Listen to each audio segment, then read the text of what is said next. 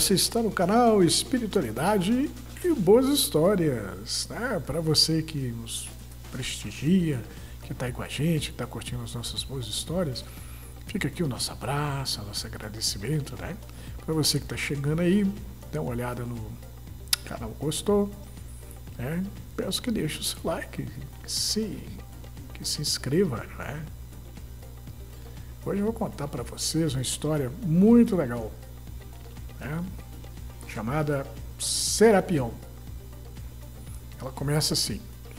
Serapião era daqueles que não levava desaforo para casa, homem alto e forte, aprendera com a vida que se o sujeito quer ser respeitado, deve fazer por onde, que cabra mole não resolve coisa alguma, por isso ele nunca fugia de uma boa briga, e sempre que a oportunidade aparecia, ele mostrava macheza. Pois é, né? O Serapião é um machão brasileiro, né?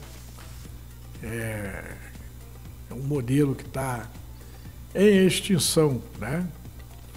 Pai de 6 filhos, marido de Cleusa, mulher sofrida que só vendo, pois o marido não dava mole para a mulher, pois ele acreditava que a mulher havia sido feita para esquentar a barriga no fogão e esfriar no tanque, enquanto cuida da casa, dos filhos e do conforto do marido, né?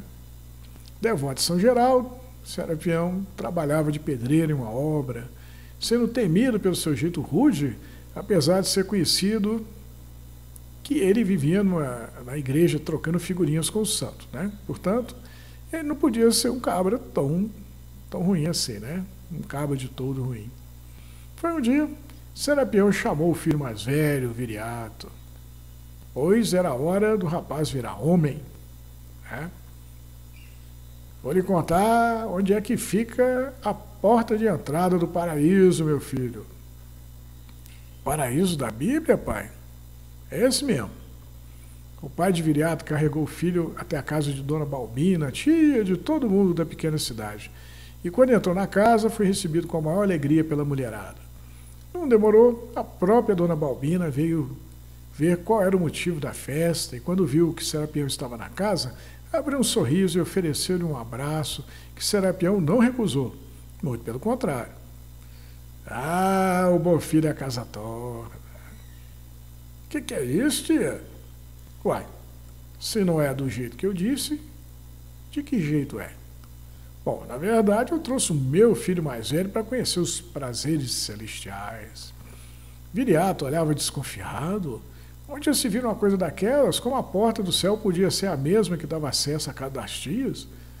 Vem cá, Jucicleide. Uma menina nova apareceu diante de Serapião, toda sorrisos. O pai, cuidadoso, deu uma olhada na bichinha e acabou concluindo que ela servia. Viriato ficou todo ressabiado, mas não teve coragem de negar a vontade do pai, quando Serapião mandou que ele fosse com a moça.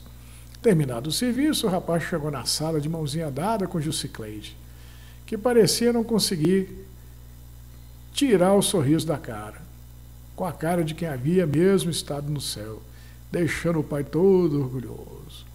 Pai e filho saíram da casa das tias quando Viriato se voltou para Serapião e disse: eu não entendo, pai, todo mundo sabe que a porta da casa das tias dá no paraíso, por que o padre chama a porta da casa das tias de porta do inferno?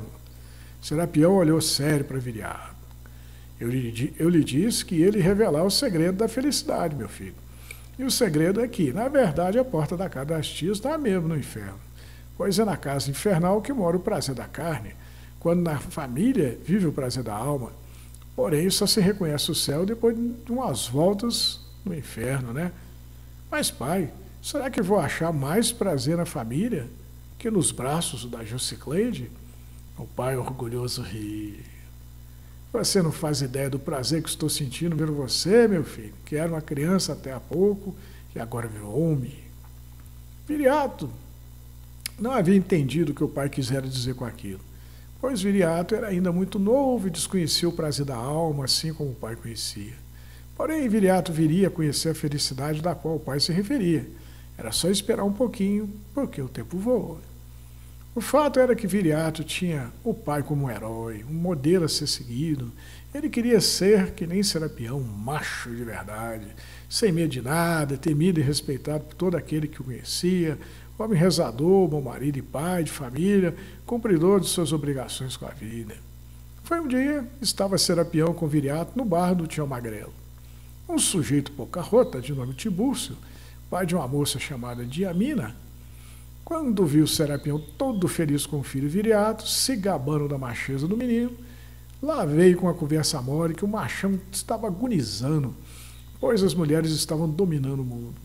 Serapião respondeu que o mundo era muito grande e que a mulher dele estava muito satisfeita só de mandar na própria casa. O sujeito então disse que tinha uma filha que estava estudando medicina e que ia ganhar muito dinheiro se realizando assim financeiramente e profissionalmente. Serapião diz que a realização de qualquer mulher é cuidar da casa, criar os filhos e satisfazer a vontade do marido. O sujeito rebateu dizendo que a filha dele nunca ia ter um homem para mandar nela, pois tinha a própria razão para conduzi-la. O pai de Viriato não deixou por menos, tomou a talagada da pinga, abriu um sorriso e falou para o sujeito que ele não se assustasse se a filha dele arrumasse uma mulher para ela, pois só faltava isso para que ela fosse igualzinha a um homem.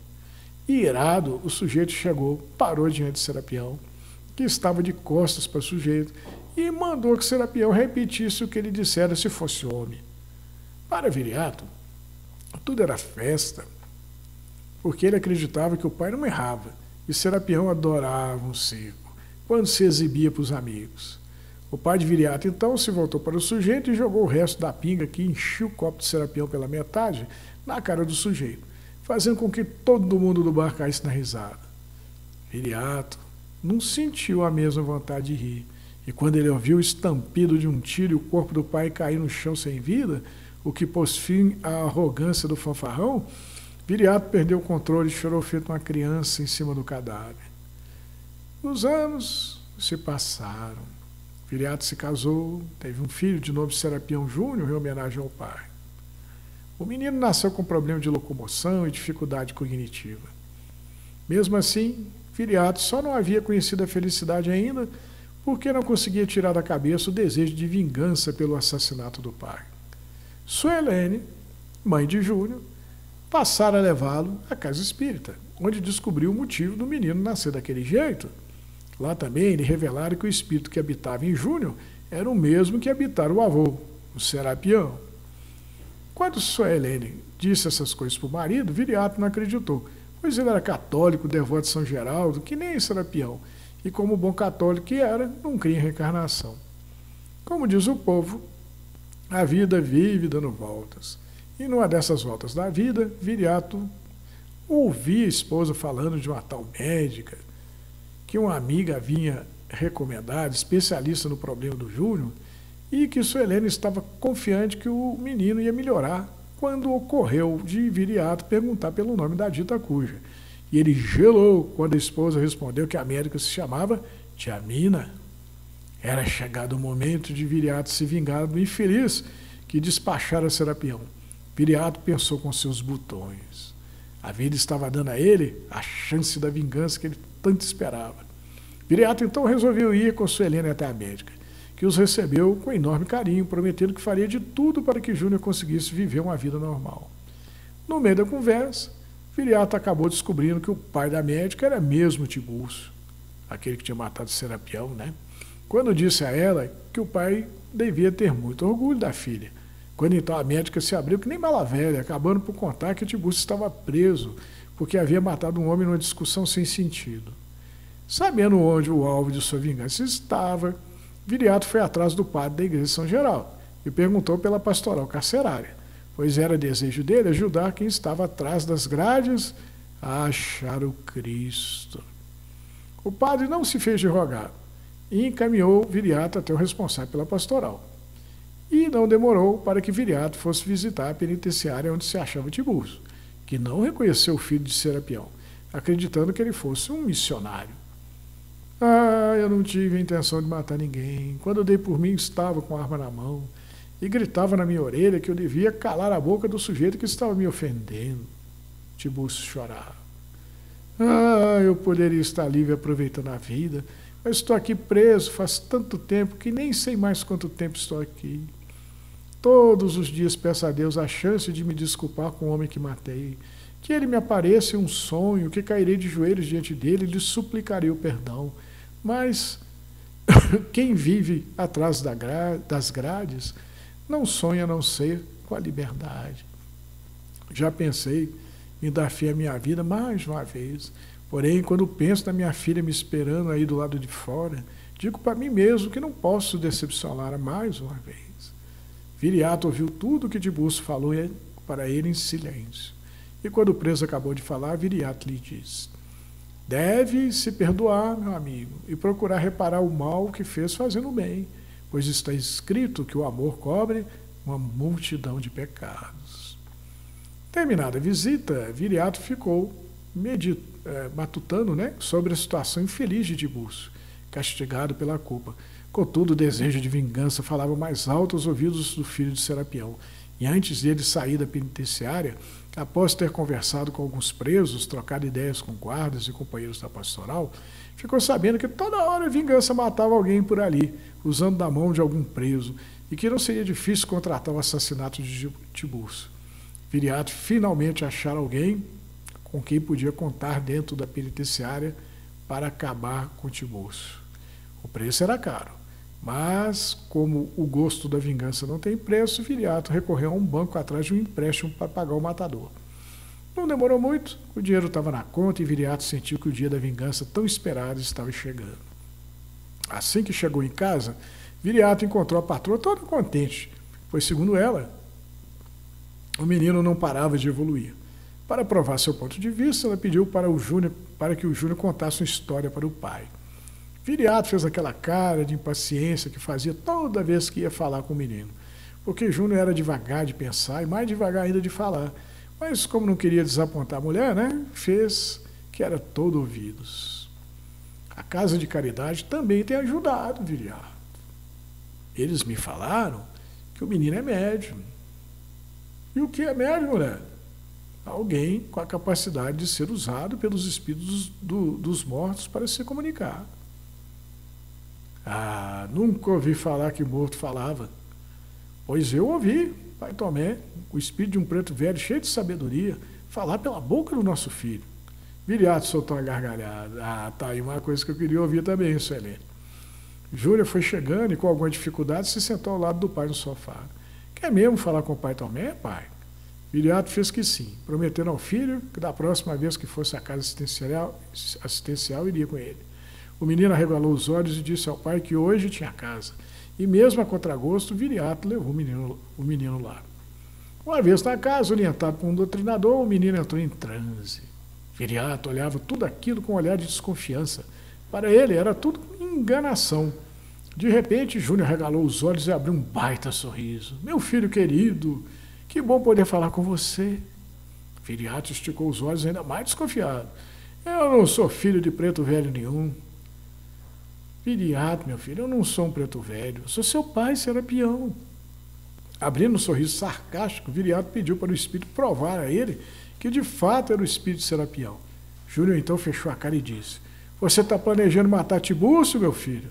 O coração de Viriato quase parou ao ouvir aquilo. Olha para mim, Viriato. Hoje eu moro em um corpo que carrega as sequelas dos tiros que eu levei quando fui morto em minha última encarnação como Serapião. Com os olhos arregalados, mudo de terror, Viriato levou a mão à boca como se não estivesse acreditando que o pai morto voltara para lhe dizer umas verdades. Agora sou seu filho e vou crescer.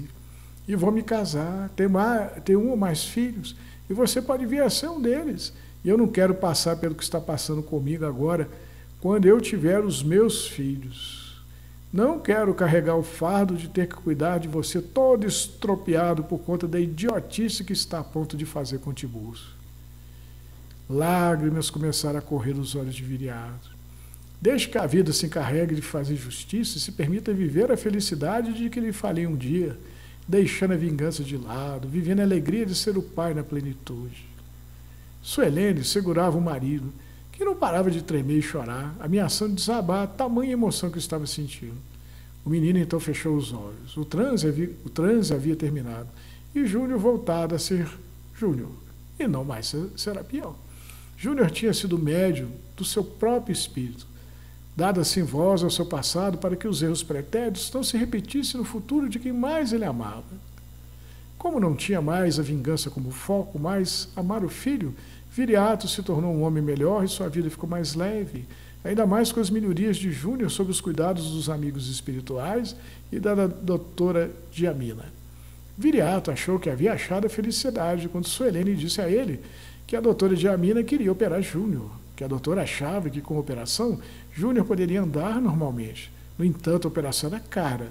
Viriato não tinha como bancá-la. Entretanto, quando chegou ao consultório da doutora, Viriato deu de cara com Tiburcio. Em choque, ficou olhando para o pai da doutora, que devolveu-lhe o olhar com um sorriso e um abraço. Ah, meu amigo, que bom que nos reencontramos. Não fosse pelas palavras que me disse quando esteve na penitenciária com a pastoral, talvez eu não tivesse aguentado os últimos dias de cárcere. Viriato se deixou abraçar e foi dando nele uma vontade de retribuir o abraço, até que ele começou a apertar Tiburcio também. Ao saber da falta de dinheiro de Viriato para operar o filho, Tiburcio decidiu patrocinar a cirurgia e hoje Júnior anda que nem todo mundo, para cima e para baixo. Quando o menino saiu da sala de cirurgia, tendo a doutora que o operou um sorriso nos lábios, Viriato se voltou para Tiburcio, que também acompanhava o procedimento, e comovido agradeceu. Tiburcio abriu um sorriso e disse: estou simplesmente tentando fazer aquele bem de que me falou, Viriato, que cobre a multidão de pecados, pois pecados não me faltam, e eu anseio por pagá-los para fazer por merecer viver a felicidade de voltar a ter paz. Que bela história, não? A gente fala tanto em felicidade, mas felicidade, na verdade, é a gente ter paz de espírito, né? Interessante o texto, né? Ele fala do machão, né? Daquele homem que prendia a mulher, né? Uma perna no fogão, outra perna no tanque, tinha 6 filhos, né? E não levava desaforo para casa, né? E como não respeitava ninguém, acabou morto, né? Sem motivo, por um motivo bobo, uma discussão tola, né? Cara, ele estava alcoolizado, o outro que matou ele também estava.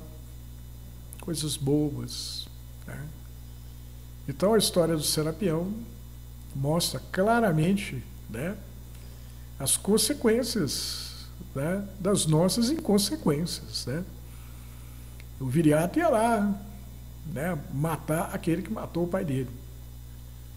E o pai dele reencarnado, né, como filho do Viriato, né, em transe mediúnico, né, desperta lá como Serapião, né, e diz para ele: olha, como é que eu fiquei? Ó? Isso aqui são sequelas dos tiros que me mataram, né, e machucaram o tecido perispiritual, o mesmo tecido que é usado para poder, né, fazer um novo corpo. Daí o novo corpo veio com machucados também. Porém, né, o Tiburcio foi para a cadeia, sofreu barbaramente lá, saiu de lá querendo pagar as contas. E Deus, na sua sabedoria infinita, colocou lá de novo o Tiburcio no caminho do Serapião. E o Tiburcio paga a cirurgia para fazer o Serapião andar, né? De alguma forma, compensando tudo que tinha acontecido, né? Tudo se fecha, né? E o Viriato, né, que queria ser igual ao Serapião no início da história, o Serapião era um herói, ele acaba descobrindo que o pai, herói dele, virou um pobre coitado, necessidade da caridade, né, do trato da doutora Diamina, né, e dos recursos do Tiburcio para poder ele ter uma vida normal, né. Então, né, nessa história a gente vê que o negócio é a gente plantar o bem para colher o bem, porque se a gente plantar o mal, a gente vai colher o mal. A história é clara na hora que fala que o Tiburcio, mais do que estar preso atrás das grades, ele estava preso por conta da culpa, né? Ele se sentia muito culpado. Tanto é que o Viriato, né, passando por um funcionário da pastoral carcerária, né, do voluntário, chega lá para conversar com ele e o Tiburcio abre o coração dizendo que estava incrivelmente arrependido, né, que ele faria qualquer coisa para poder ter a paz de volta. Né.